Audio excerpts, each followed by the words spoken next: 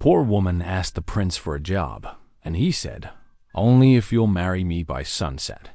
The church bell tolls. Dust swirls across the palace courtyard.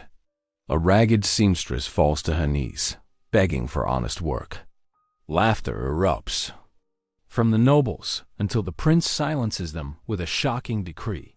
He doesn't offer her work. He offers her a throne if she weds him before the sun goes down. But why her? Why so sudden? And why tonight, of all nights? Behind the palace walls, whispers of betrayal, foreign plots, and a secret from her family's past threaten to crush her before she ever steps into the chapel. The sun sinks lower. The stakes climb higher. Will this poor woman's courage be enough to face the scorn of a kingdom and the lies that could destroy them both? Comment below and tell me where in the world you're joining from. And if this story made you pause for a moment, hit that subscribe button for more. The June sun blazed mercilessly in the cloudless sky as Clara made her way along the dusty road toward Falkenberg. Her patched cotton gown, faded from too many washings, offered little protection from the heat. Still, she walked with purpose, clutching a carefully folded letter from Father Benjamin, the parish priest, close to her heart. The spires of the palace rose above Falkenberg's walls, their golden tips catching the morning light. Clara paused to wipe the sweat from her brow with her worn handkerchief, her fingers trembling slightly as she touched the letter once more. This precious recommendation was her only hope of securing work in the palace laundry. Her mother's pale face haunted her thoughts. "God be with you, my dear," she had whispered that morning, her voice weak from illness. The cottage they called home, humble as it was, would soon be lost if Clara couldn't find better work than the occasional mending she did for village wives. Their creditors grew more impatient with each passing day. The guards at the city gates barely glanced at her as she entered Falkenberg. The cobblestone streets bustled with morning activity, merchants setting up their stalls, servants rushing on errands, and fine carriages rolling past. Clara kept to the edges of the street, making her way toward the palace that dominated the city's heart. At the palace gates, Clara found herself among a crowd of petitioners and courtiers awaiting entry. The iron bars rose imposingly before her, ornate and threatening all at once. She stood quietly, trying to make herself as small as possible, but her patched gown drew sneering glances from the elegantly dressed ladies' maids nearby. "Look what the cat dragged in," one maid whispered loudly enough for Clara to hear, her silk apron rustling as she turned to her companion. "Does she think the palace hires beggars?" "The nerve of some people," another replied with a laugh that cut like a knife. Standing here among decent folk as if she belongs. Clara's cheeks burned, but she held her ground. The letter felt like it was burning through her bodice where she tucked it safely away. Her father had saved Prince Leopold's life years ago.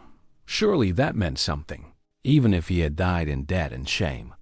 A sudden commotion at the gates drew everyone's attention. The crowd parted as Prince Leopold himself approached with his retinue, returning from his morning ride.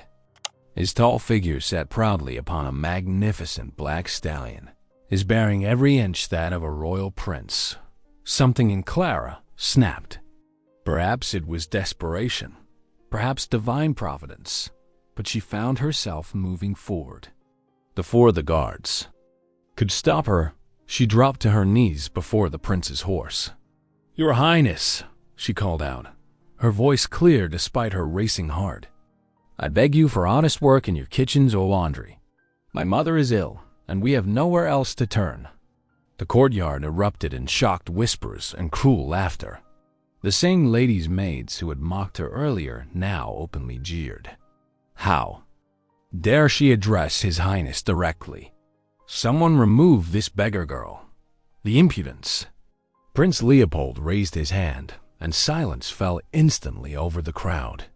He dismounted with fluid grace, his boots clicking against the cobblestones as he approached Clara. She remained on her knees, head bowed, heart pounding so hard she feared it might burst. "Look at me," he commanded, his voice surprisingly gentle. Clara raised her eyes to meet his gaze. Recognition flickered across his features.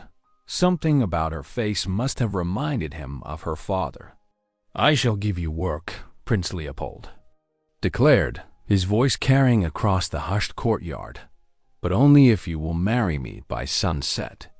Clara staggered to her feet, her legs weak beneath her. The crowd's reaction was immediate and explosive. Gasps of shock, cries of outrage, and whispers of disbelief filled the air.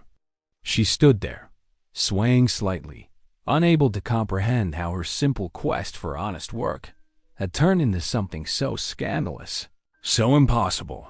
The morning sun that had started with hope now seemed to burn with the heat of scandal and possibility. Clara's world had tilted on its axis, and she could do nothing but stare at the prince. Her lips parted in speechless amazement as the crowd's whispers grew to a roar around them. The palace courtyard fell into a shocked silence, broken only by the soft cooing of doves among the stone archways. Clara's heart thundered in her chest as she stared up at Prince Leopold, certain she had misheard his words. The noble ladies who had mocked her moments before now pressed gloved hands to their mouths, eyes wide with disbelief. "Your Highness," Clara whispered, her voice trembling, "surely you jest with a poor seamstress." Her fingers clutched the worn letter of introduction, now damp with perspiration. Leopold's stern face softened as he gazed down at her. "I assure you, I speak with complete sincerity." His voice carried across the hushed courtyard with quiet authority. "My words are as true as the sun that rises each morning." The gathered courtiers shifted and murmured, but Leopold raised his hand for silence. "Leave us," he commanded, his tone brooking no argument. The assembled nobility hesitated, then slowly dispersed, their silk skirts rustling against the flagstones. As they retreated, Leopold gestured toward an arched doorway. "Come, we shall speak privately." He led Clara through cool stone corridors, past tapestries depicting ancient battles and hunting scenes. Her rough leather shoes whispered against marble floors that had never known common feet. In a small solar filled with morning light, Clara found her voice again.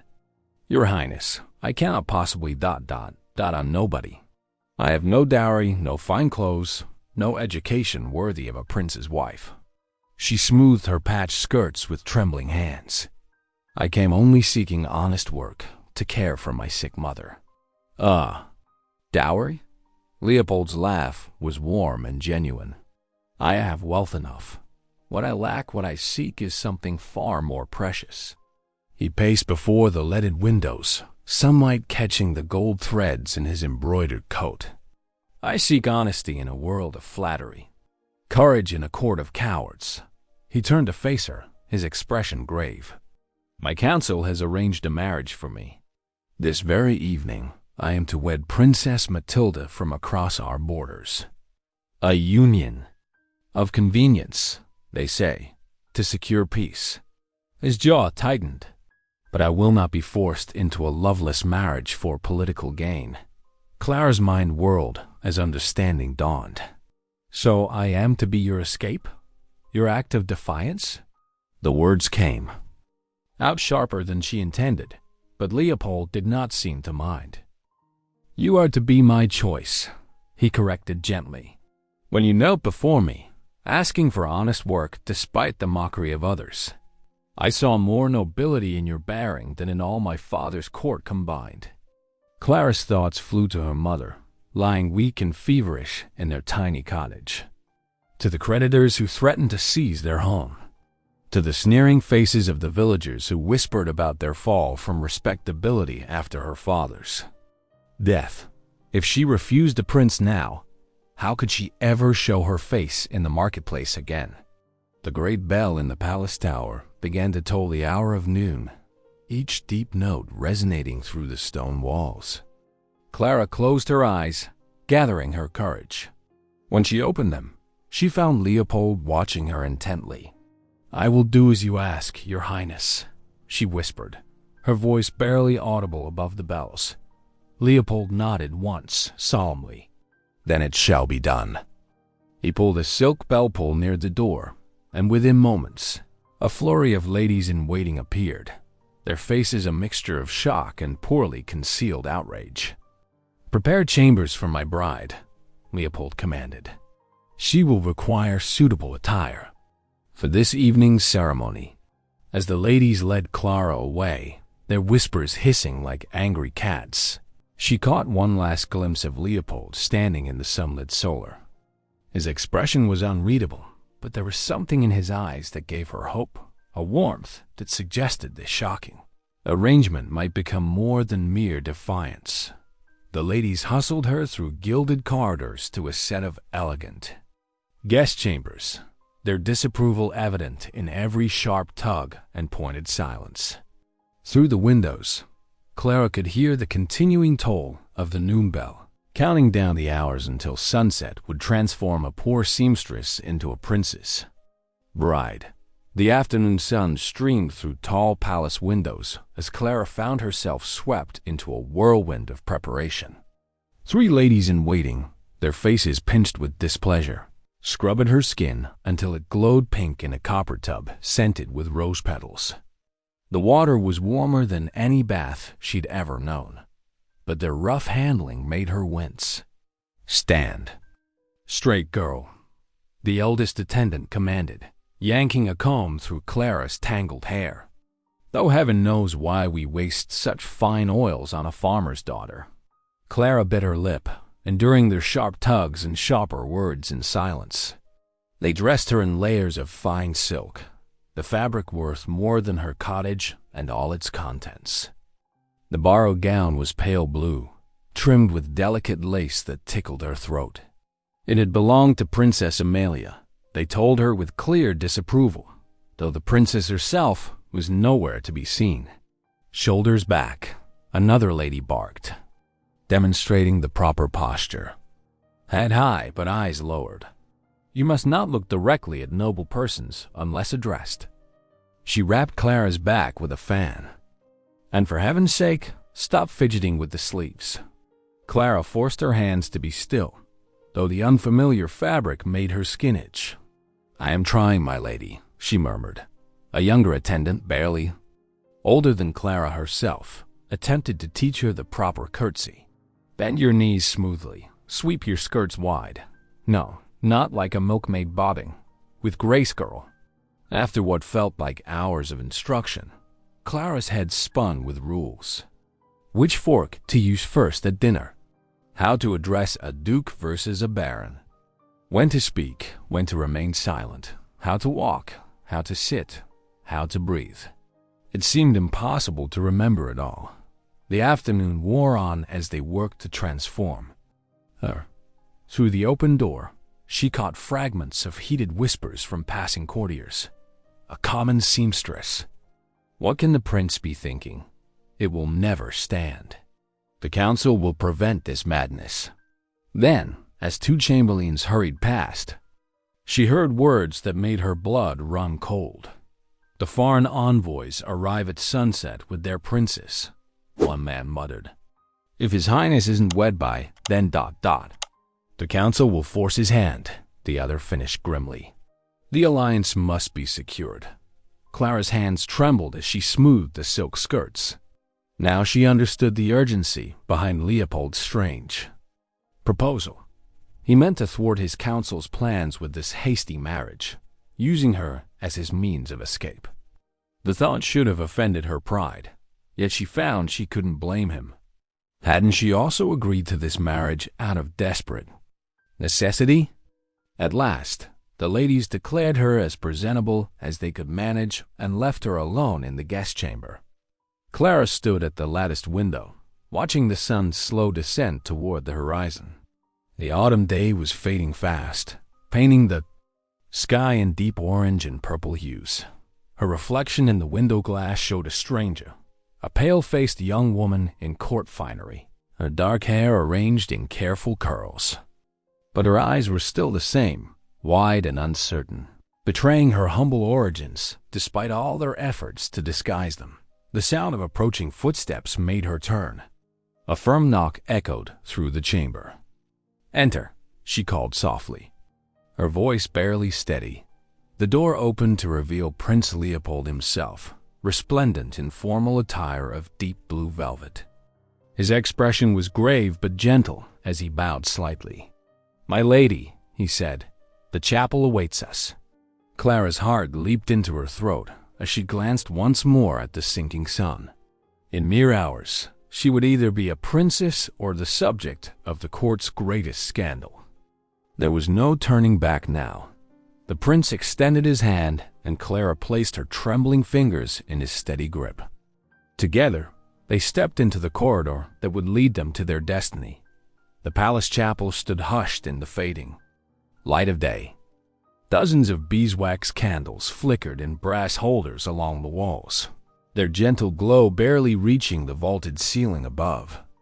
Through stained glass windows, the setting sun cast jewel-colored shadows across the stone floor where Clara stood, her borrowed gown hanging loose around her shoulders. The seamstress's fingers trembled as she smoothed the cream-colored silk. The fabric was finer than any she had ever worn, yet the hasty lacing at the back left gaps that let cool air brush against her shift. Around her, only a sparse gathering of witnesses occupied the ancient wooden pews. 2 palace guards in their crimson uniforms, an elderly chaplain clutching his prayer book, and 3 servants who had paused in their evening duties to watch this extraordinary scene unfold.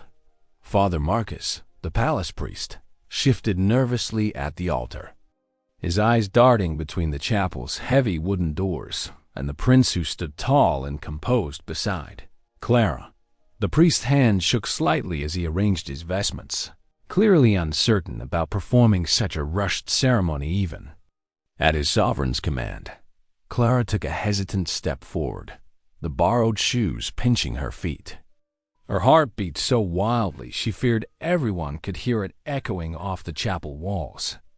This morning she had been a simple seamstress, desperate for honest work. Now, as the sun sank toward the horizon, she stood before God's altar to marry a prince. Leopold turned to her, his expression gentle yet determined. He reached for her hand, and Clara marveled at how warm his fingers felt against her cold ones. When he spoke, his voice carried clearly through the hushed chapel.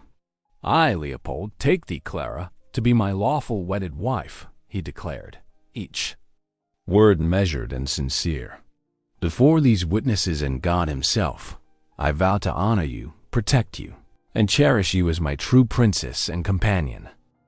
The prince produced a ring, a simple gold band that must have been hastily acquired, yet it shone like a star in the candlelight. Clara's voice quavered as she repeated her own vows, the traditional words feeling strange and wonderful on her tongue. Father Marcus proceeded swiftly through the ceremony, his earlier nervousness giving way to solemn purpose as he read from the special license Leopold had commanded. The document, bearing the prince's own seal, bypassed the usual requirements for banns to be read on 3 Sundays. Clara recognized this extraordinary measure for what it was. Leopold's authority and his urgency made manifest as the priest spoke the final blessing. Clara felt an overwhelming mixture of awe and dread sweep through her. The weight of what she had done, what they had done, pressed upon her heart. She was now bound forever to this noble man, yet she could not forget that she remained a farmer's daughter, a seamstress who had knelt in the dust that very morning. The last amen had barely faded when the chapel bells began to toll, marking sunset with their deep bronze voices. Through the chapel's thick walls came a new sound, the distinctive clatter of carriage wheels on cobblestones. The foreign envoys had arrived at the palace gates. Clara saw Leopold's jaw tighten almost imperceptibly as the sound grew louder. The carriages rolled closer, their approach marking time like a somber drumbeat. But it was too late for any objections or interventions. The marriage was sealed, witnessed, and blessed before God and the law of the land. The afternoon's haste suddenly made perfect sense to Clara. Each toll of the bell, each turn of the carriage wheels, confirmed that they had won their race against time by mere moments. As the last echoes of the sunset bells faded away, she realized that she stood in the chapel not just as a newly made wife, but as living proof of Leopold's defiance against those who would command his heart. The great dining hall blazed with hundreds of candles, their light reflecting off gilt-framed mirrors and crystal goblets. Clara sat stiffly beside Leopold at the head table, acutely aware of every whisper and sidelong glance from the assembled nobles. Her borrowed gown, though beautiful, felt like a costume, its elaborate embroidery and heavy silk a stark reminder of how far she was from her humble cottage. The foreign envoys, three stern-faced men in rich burgundy velvet, sat opposite them. Their leader, Baron von Richter, dabbed his thin lips with a fine linen napkin before speaking. "Your Highness," he said, his voice carrying across the hushed hall, "we must discuss the matter of your betrothal to Princess Elena of Waldenburg. Her carriage approaches even now." Clara's hand tightened around her silver spoon. The servants moving silently around them seemed to slow their steps, eager to catch every word. Leopold set down his wine glass with deliberate care. "There is nothing to discuss, Baron. As you can see, I am already wed." "Wed?" The Baron's laugh held no warmth. "To a common seamstress? Surely you jest, Your Highness. Such a marriage cannot be valid." "I assure you it is quite valid," Leopold replied. His voice remained steady, though Clara sensed the tension in his shoulders. "The ceremony was performed by my own chaplain, under my authority as sovereign prince." Murmurs rippled through the hall. Clara forced herself to sit straighter as noble ladies whispered behind their fans, their jewels glinting like malicious eyes in the candlelight. "A peasant cannot be princess," sneered Lady Rothschild from 2 seats away. "Why, look at how she holds her soup spoon like a kitchen maid." Clara gently placed her spoon beside her bowl. "Indeed, my lady," she said quietly, meeting the woman's gaze. "I am learning. But tell me, is it not better to hold a spoon wrongly with clean hands than correctly with a cruel heart?" A few gasps echoed through the hall. Princess Amalia, seated nearby, quickly hid a smile behind her napkin. The Baron's face darkened. "This mockery cannot stand. The alliance between our principalities will need to be negotiated on different terms," Leopold interrupted firmly. "Clara is my wife. Any who question this question my authority as prince." The words hung in the air like sword points. Clara felt the weight of hundreds of hostile stares, but she kept her chin lifted, remembering her father's words about dignity being the true mark of nobility. At the far end of the table, Princess Amalia suddenly spoke up. "Brother, might I show your bride the palace gardens tomorrow? The roses are in full bloom." Her clear voice carried a note of deliberate support that made Clara's heart lift.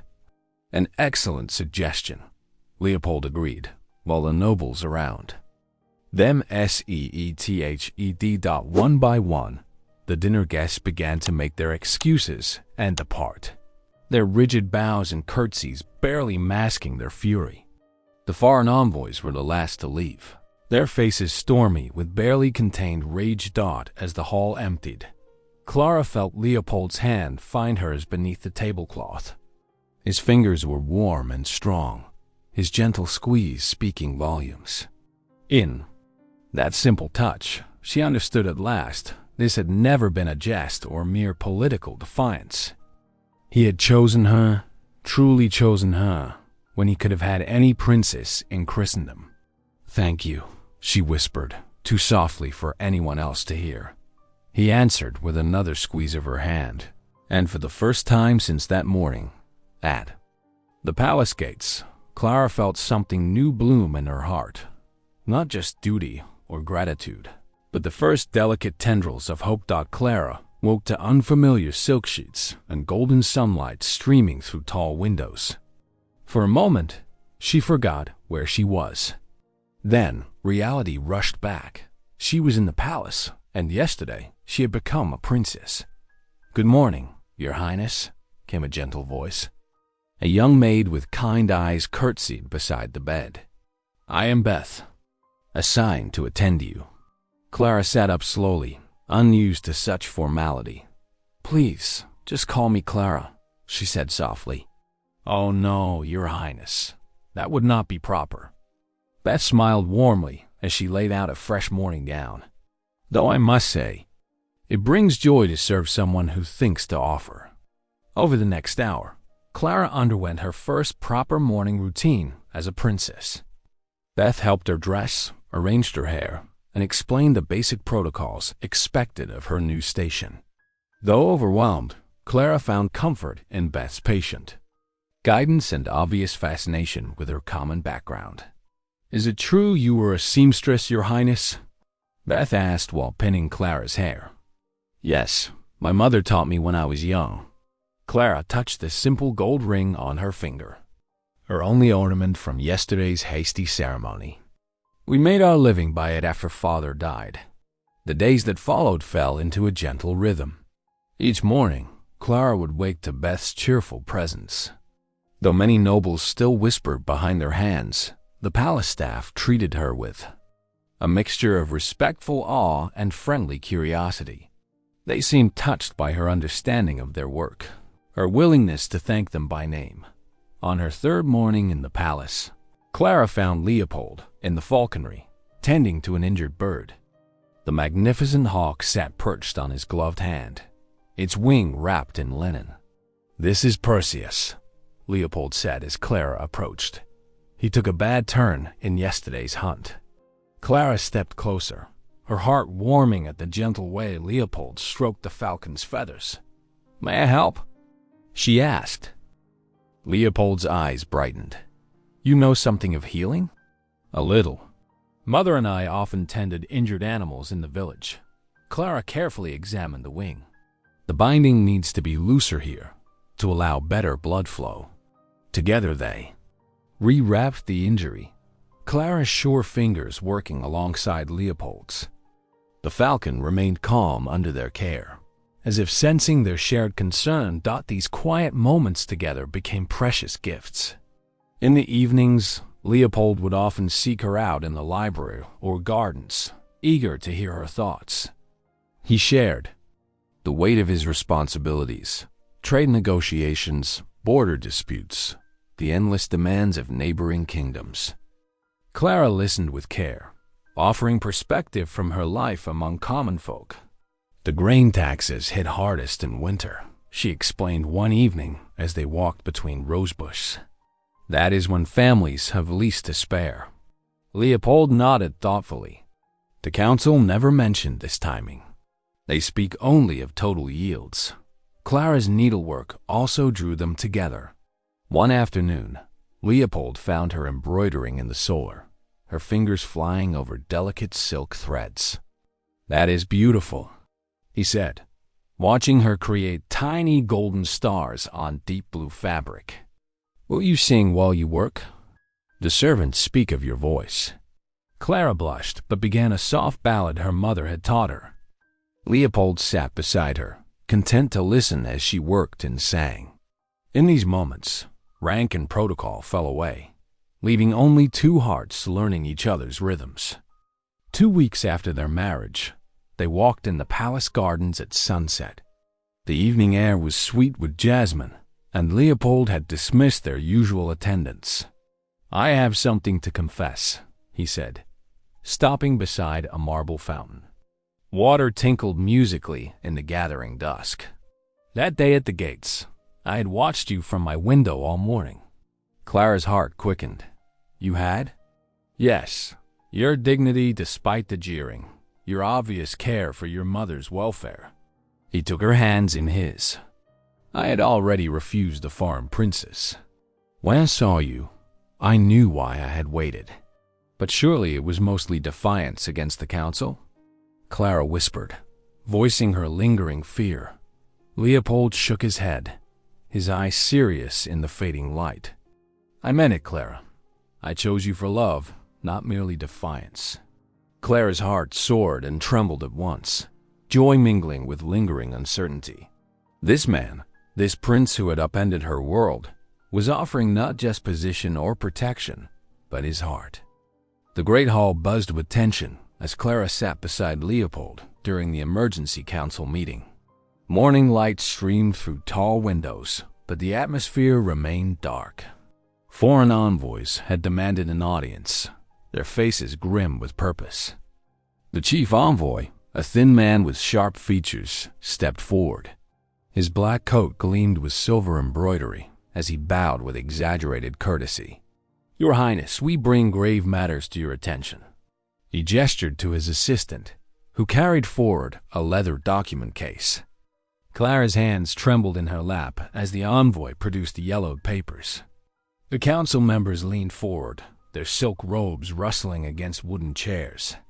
These records show that one Thomas Weber, father to your new bride, committed grievous theft against the crown treasury 15 years ago. The envoy's voice carried through the hushed chamber. A sum of 5,000 crowns vanished under his care as a trusted courier. Gasps echoed through the hall. Clara felt the blood drain from her face. That cannot be true, she whispered. Her father had died poor, but honest. She knew this in her heart. The envoy spread the documents across the council table. Here are the accounts, bearing the royal seal. And here, he pointed to a signature, your father's own confession, though he fled before justice could be served. Leopold rose, his voice sharp with anger. These accusations come suspiciously late. Why surface them now? The papers were only recently discovered in our kingdom's archives, the envoy replied smoothly. As your allies, we felt duty-bound to reveal this. Unfortunate heritage. Nobles began muttering among themselves. Clara recognized the faces that had scorned her from the beginning. Now they wore triumphant sneers barely hidden behind jeweled fans. A thief's daughter cannot be our princess, declared an elderly duke, his golden chains catching the light as he stood. The marriage must be annulled to preserve the dignity of the crown. More voices joined in agreement. The chamber filled with calls for annulment, each word striking Clara like a physical blow. She watched Leopold's jaw clench as he fought to maintain composure. These claims require investigation, he insisted. I will not act hastily on foreign accusations. But Clara saw the damage was done. The nobles who had reluctantly accepted her now turned away in disgust. Even those who had shown kindness avoided her gaze, unwilling to be associated with scandal. When the council finally adjourned, Clara fled to her chambers. The walls that had begun to feel like home now seemed to mock her common birth. She paced the rich carpet, her mind racing. Your Highness. Leopold entered, his face drawn with concern. Pay no mind to their schemes. We will prove these documents false. Clara turned to him, tears threatening to fall. But what if we cannot? Your reign will be tainted by association with me. The alliance you rejected, they could turn hostile. All because I dared to reach above my station. Clara, no. Leopold reached for her hand, but she stepped back. I cannot bear to be your downfall, she whispered. Then stronger, I will not. That night, while the palace slept, Clara changed into her old dress. She left her fine gowns and jewels behind, taking only a small purse of coins she had saved. The guards, accustomed to her evening walks in the garden, let her pass without question beyond the gates. She found a cart driver willing to take her to her village. The journey passed in a blur of darkness and jolting wheels. When they arrived, she paid him with trembling hands and hurried down the familiar dirt path to her cottage. Inside, the air was thick with illness. Her mother lay in her narrow bed, barely stirring at Clara's entrance. Clara fell to her knees beside the bed, finally allowing her tears to fall. I tried, Mother, she whispered, clasping her mother's frail hand. I truly tried to be worthy of him, but they found a way to prove I never could be. The cottage was silent save for her mother's labored breathing and Clara's quiet sobs. Outside, night pressed heavy against the windows, as dark as the despair in her heart. She had dared to believe that love could bridge the chasm between their worlds. Now she knew some gaps were too wide for even the strongest heart to cross. In the dusty records chamber of the palace archives, young Thomas, a kitchen boy turned clerk, hunched over stacks of leather-bound volumes. Candlelight flickered across weathered pages as he searched through the chronicles of Prince Leopold's youth, hoping to find anything to clear Clara's name. His fingers trembled as he turned another brittle page. Suddenly, his breath caught. There, in faded ink, lay an account from 15 years past. The neat script told of a hunting expedition gone wrong when 13-year-old Prince Leopold had been thrown from his horse near the Weber farm. Thomas Weber, Clara's father, had risked his life to pull the unconscious prince from the path of stampeding deer, carrying him to safety and tending his wounds until help arrived, by heaven's grace. Thomas whispered, scanning the official testimony. The document bore the royal physician's seal and multiple witness signatures. This was no mere story. It was recorded truth. Racing through torchlit corridors, Thomas burst into the prince's study. Leopold looked up from his maps, startled by the interruption. "Your Highness!" Thomas gasped, presenting the chronicles. "I found proof of Clara's father's honor. He saved your life when you were young. The foreign envoys, their accusations are lies."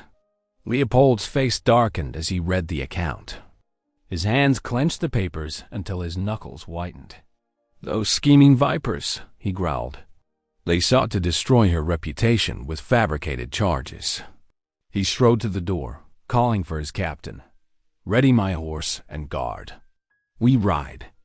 "At once!" Within minutes, the palace courtyard echoed with thundering hooves as Leopold and his mounted guard galloped through the gates. Their cloaks billowed behind them like war banners as they took the road toward Clara's village dot in her humble cottage. Clara sat by the window, golden afternoon light falling across her lap as she worked her needle through fine linen. Her mother dozed nearby, slowly recovering her strength. The steady rhythm of stitching brought Clara peace, even as whispers from passing villagers drifted through the open window. "Poor thing," she heard one woman murmur. "From princess to seamstress in a fortnight. That's what comes of reaching." "Above one's station," another replied. Clara's needle never faltered, though her heart ached. She had known such whispers would come. Yet she held her head high, finding dignity in honest work and her mother's care. The elaborate flower pattern growing beneath her skilled hands would fetch enough coins for bread and medicine. The sudden thunder of hooves broke the village's afternoon quiet. Clara looked up as shouts and gasps erupted from the square. Her needle stopped mid-stitch as she heard the commotion growing closer. A magnificent black stallion charged into view, its rider's cloak streaming behind him like a banner. Clara's heart leaped to her throat as she recognized Leopold's broad shoulders and proud bearing. He dismounted in one fluid motion, his boots striking the cobblestones with purpose. Villagers dropped into deep bows as their prince strode past. But Leopold's eyes fixed only on Clara's cottage. His face was set with determination, the same expression he had worn that first day at the palace gates when he had changed her life with a single declaration.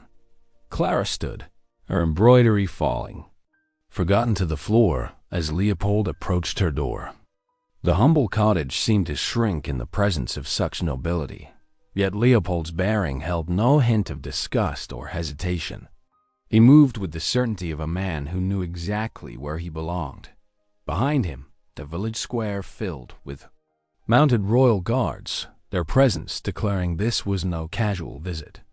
This was a prince coming to claim what was his to right or wrong, to restore honor where it had been unjustly stained. The sound of Leopold's boots on the cottage steps echoed like destiny itself. Climbing toward her door, the cottage door creaked open, letting in a shaft of golden afternoon light. Clara looked up from her embroidery, her fingers frozen mid-stitch as Prince Leopold ducked through the low doorway. His vine boots and velvet cloak seemed out of place on the packed dirt floor. Yet he paid no mind to the humble surroundings. "Your Highness," Clara whispered, rising quickly to curtsy. Her mother stirred weakly on the narrow bed in the corner, her eyes widening at the royal presence in their tiny home. To Clara's astonishment, Leopold dropped to one knee before her, his cloak pooling in the dirt. "No, Clara," he said softly. "Today I come not as your prince, but as a man who has wronged you by not protecting you from lies." Through the open door, Clara could see villagers gathering, pressing close to witness this extraordinary scene. Their whispers carried on the breeze, but Leopold seemed to notice only her.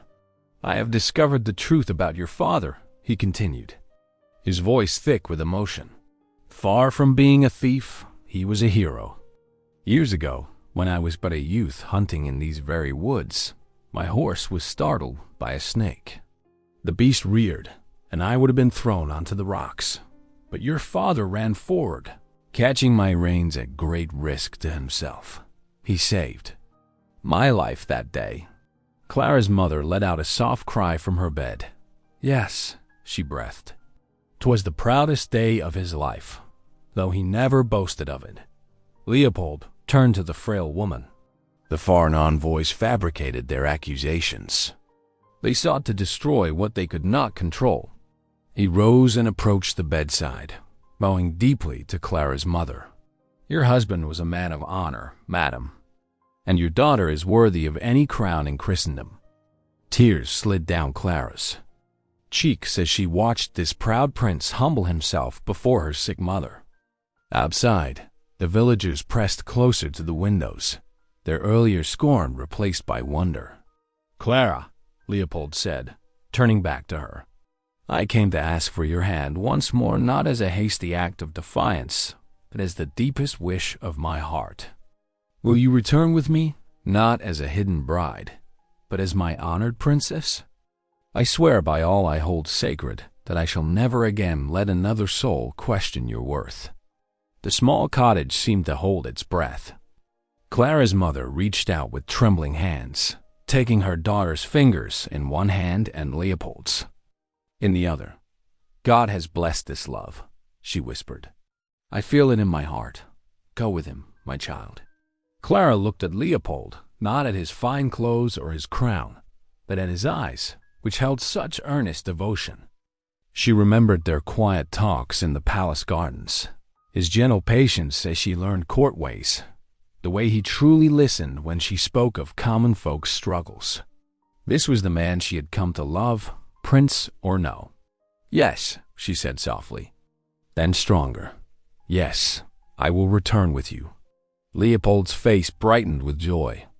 He reached for her hand, and as their fingers intertwined, he proclaimed loud enough for all to hear, "From this day forward, you shall walk beside me openly as my princess, beloved and honored. Let any who dare question your nobility look to your actions, your grace, your kindness, for these are the true measure of a royal heart." The villagers, who had gathered thick around the cottage door, burst into cheers. Where once there had been whispers and scorn, now there were calls of blessing and joy. Some even wiped tears from their eyes at witnessing such a declaration of love. Leopold raised Clara's hand to his lips, then turned to her mother. "A carriage follows with my personal physician. You shall be tended here until you are strong enough to join us at the palace, where chambers await you." The older woman's eyes filled with grateful tears as she blessed them both again. Clara gathered her simple shawl, and Leopold draped his own fine cloak around her shoulders. Together they stepped out into the golden afternoon light, where his white horse waited. The villagers parted to make a path, bowing now not from duty, but from genuine respect. As Leopold helped Clara mount. She sat tall, no longer a desperate seamstress, but a woman who had won a prince's heart with her own true worth. The summer morning dawned bright and clear as the grand procession wound its way through Falkenberg's cobbled streets. Church bells rang joyfully from every tower, their peals echoing across the city. Clara sat beside Leopold in the royal carriage, its gilt wheels turning smoothly over streets strewn thick with rose petals. "Welcome home, Your Highness," called the townspeople, pressing forward to catch a glimpse of their new princess. Children scattered more flowers before the horses' hooves, while women waved handkerchiefs from windows above. Even the merchants had closed their shops to join the celebration. Clara's heart swelled as she recognized faces from her village. Mixed among the city folk, the baker who had given her day-old bread when times were lean, the weaver's wife who had taught her fine stitching. They beamed with pride now, calling blessings upon her dot at the palace gates. The full council waited in their formal robes. Clara held her head high as Leopold helped her descend from the carriage.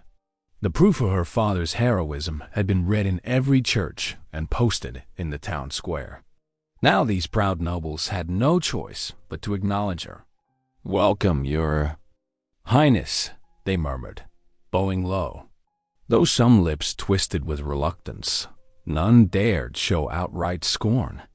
Leopold's firm grip on her hand spoke volumes. She was his choice, and they would respect that or face his displeasure. The great cathedral beckoned, its doors thrown wide. Inside, hundreds of candles turned the soaring space to gold. Nobles, in their finest silks, filled one side, while common folk in clean workday clothes stood proudly on the other. Clara smiled to see her mother seated in a place of honor near the altar, her health much improved under the royal physician's care. As the organ thundered to life, Clara began her procession down the long aisle. Her gown, crafted by her own hands with help from Princess Amelia, told the story of her journey. The hem was embroidered with wheat sheaves and humble wildflowers of her village, while the bodice sparkled with golden crowns and the palace's proud lions. She wore no jewels save the simple pearl ring Leopold had given her that first hasty evening at the altar. Leopold waited in his state robes, his eyes shining with love and pride. The archbishop raised his hands for silence, then began the blessing. This time there was no rush, no whispered scandal. Before God and witnesses both high and low, they renewed their vows with clear, strong voices. Then Leopold did something unprecedented. Taking the delicate golden crown from its velvet cushion, he placed it upon Clara's head with his own hands. "Let all witness," he proclaimed, his voice ringing through the cathedral. "I crown her not only as my wife, but as your princess, worthy, in both birth and character, to rule at my side." A great cheer went up, led by the common folk, but soon joined even by the nobles. Many who had scorned her now pressed close to offer congratulations, their earlier disdain forgotten in the face of such obvious love and divine blessing. As evening approached, Clara stood with Leopold on the palace balcony. Below, the celebration continued in both city square and palace courtyard, nobles and commoners mingling freely in the festive atmosphere. Watching the sun paint the sky in royal purple and gold, Clara squeezed Leopold's hand.